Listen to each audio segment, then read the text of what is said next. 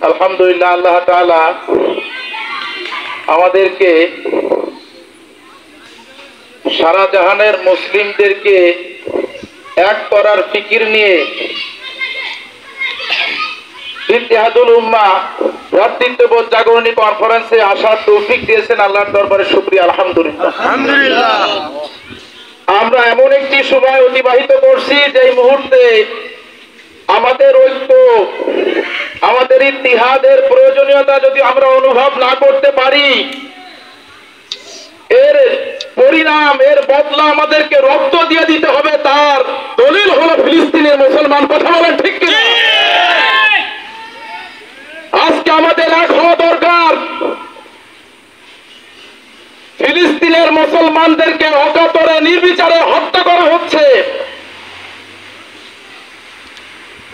কাশ্মীরের মুসলমানদের উপর অত্যাচার নির্যাতন চালানো হচ্ছে। আরাকানের মুসলমানরা নির্যাতিত। সারা বিশ্বের মুসলমানরা যখন নির্যাতিত, তখন এর সাথে এক ভয়াবহ অধ্যায় বাংলার ইতিহাসে নতুন করে জন্ম নিয়েছে। বাংলাদেশের মানুষ, বাংলাদেশের মুসলমানেরা যখন ফিলিস্তিনের শিশু মা বোনদের রক্ত ঝরার দৃশ্য দেখতে পাচ্ছে, চোখে পানি আসছে। কাশ্মীরের মুসলমানদের উপর অত্যাচার করা হচ্ছে, তাদের চোখে পানি আসছে। আরাকানের মুসলমানদের উপর অত্যাচার করা হচ্ছে।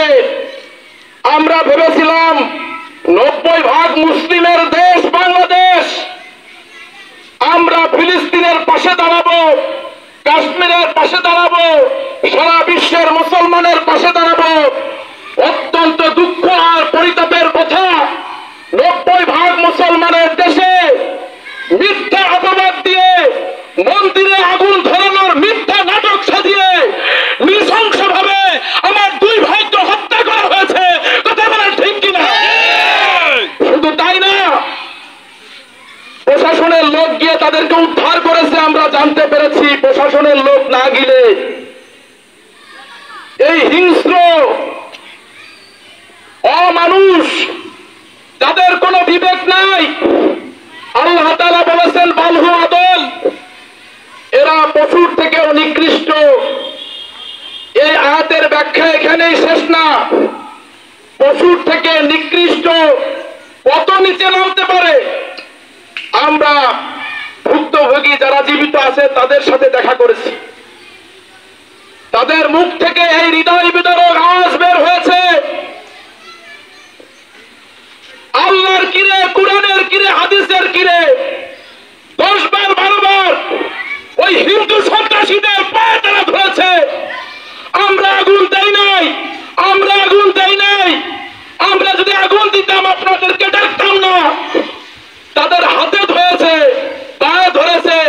এর বিপরীতে তাদের বক্তব্য হলো এই, তোরা কোথায় এসেছিস তোরা জানিস, তোদের মুসলমানের জাত আজকে শেষ করে ছাড়বো।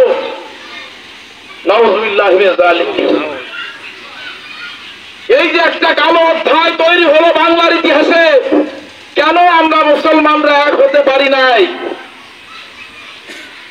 আমরা মুসলমানরা দ্বিধা বিভক্তে বিভক্ত হয়ে গেছি।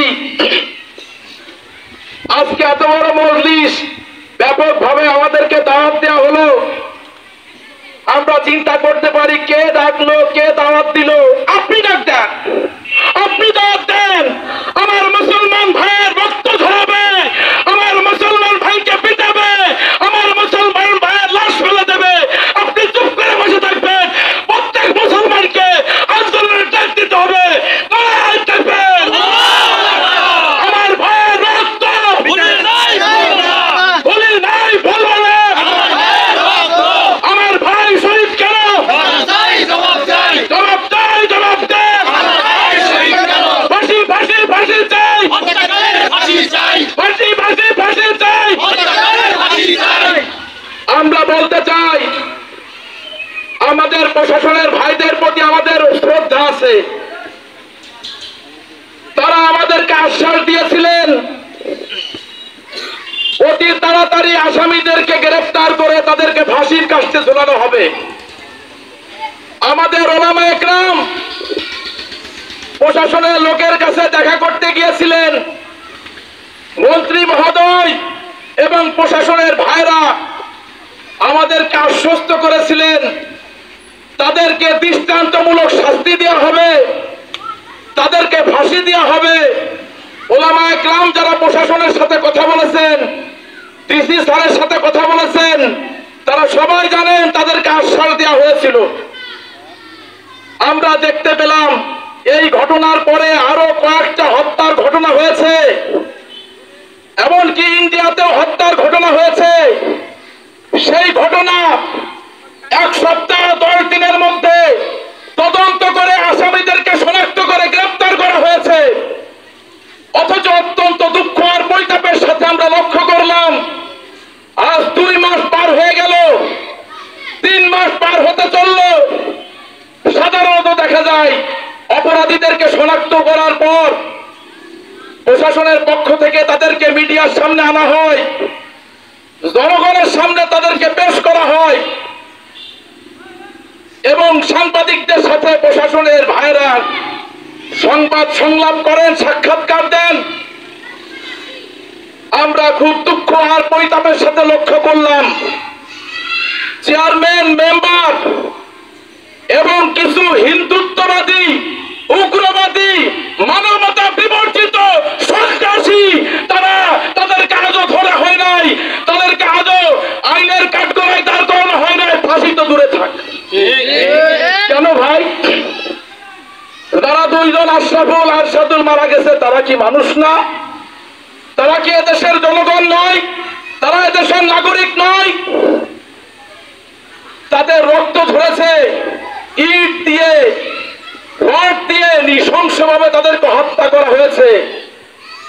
আমরা প্রশাসনের কাছে তাদের প্রতি শ্রদ্ধা, সেই শ্রদ্ধার কারণে এই 3 মাস আমরা অপেক্ষা করেছি। তাদের আশ্বাসের উপরে, মন্ত্রী মহোদয়ের আশ্বাসের উপরে আমরা আস্থা রাখার কারণে এই 3 মাস আমরা কিছু বলি নাই। যেহেতু মন্ত্রী মহোদয় তিনি বলেছেন আমি এই এলাকার সন্তান, আমি এর বিচার করব, ডিসি স্যার আশ্বাস দিয়েছেন, প্রশাসনের লোক আশ্বাস দিয়েছেন, আমরা 2-3 মাস কিছুই বলি নাই। আমরা প্রশাসনের ভাই সহ এদেশের আপামর জনসাধারণকে জানিয়ে দিতে চাই আশরাফুল আর আরশাদুলের রক্ত এদেশের তাওহীদি জনতা কোনদিন ভুলবে না, তাওহীদি জনতা কোনদিন ভুলতে পারবে না। আপনারা যদি বলেন না আমরা এর বিচার করতে পারবো না, তাদের বিচার করতে গেলে বহির্বিশ্ব থেকে চাপ আসবে, তাহলে আমরা কোন দেশে বাস করি? আমরা কি স্বাধীন দেশে বাস করি? আমার ভাইকে হত্যা করা হলো, আগুন দিয়ে পোড়ানোর চেষ্টা করা হলো, শুধু তাই না প্রশাসনের লোকদেরকেও তারা ইট পাটকেল মেরে একাধিক পুলিশকে তারা আহত করেছে। এটাও তো বড় পর্যায়ের অপরাধ, একজন পুলিশের গায়ে হাত তোলা। তার কোনো বিচার যদি না হয়, এইভাবে আপনারা যদি বিচার না করেন, তাদেরকে শনাক্ত না করেন, কাঠ করায় দাঁড় না করেন, ফাঁসির কাস্টে না ঝুলান, মনে রাখবেন আমরা রোবট নই। মুসলমান মৃত্যুকে ভয় করে না। 2টা লাশ পড়েছে, প্রয়োজনে আরো লাশ পড়বে। 2 ভাইয়ের রক্তের বদলা ইনশাল্লাহ নিয়েই ছাড়বো। আপনাদেরকে অনুরোধ করে বলছি অতি দ্রুত এই হত্যাকারীদের বিচার করুন, ফাঁসির কাস্টে ঝুলান। মুসলমান রক্ত দেওয়ার জাতি, মুসলমান তার ভাইয়ের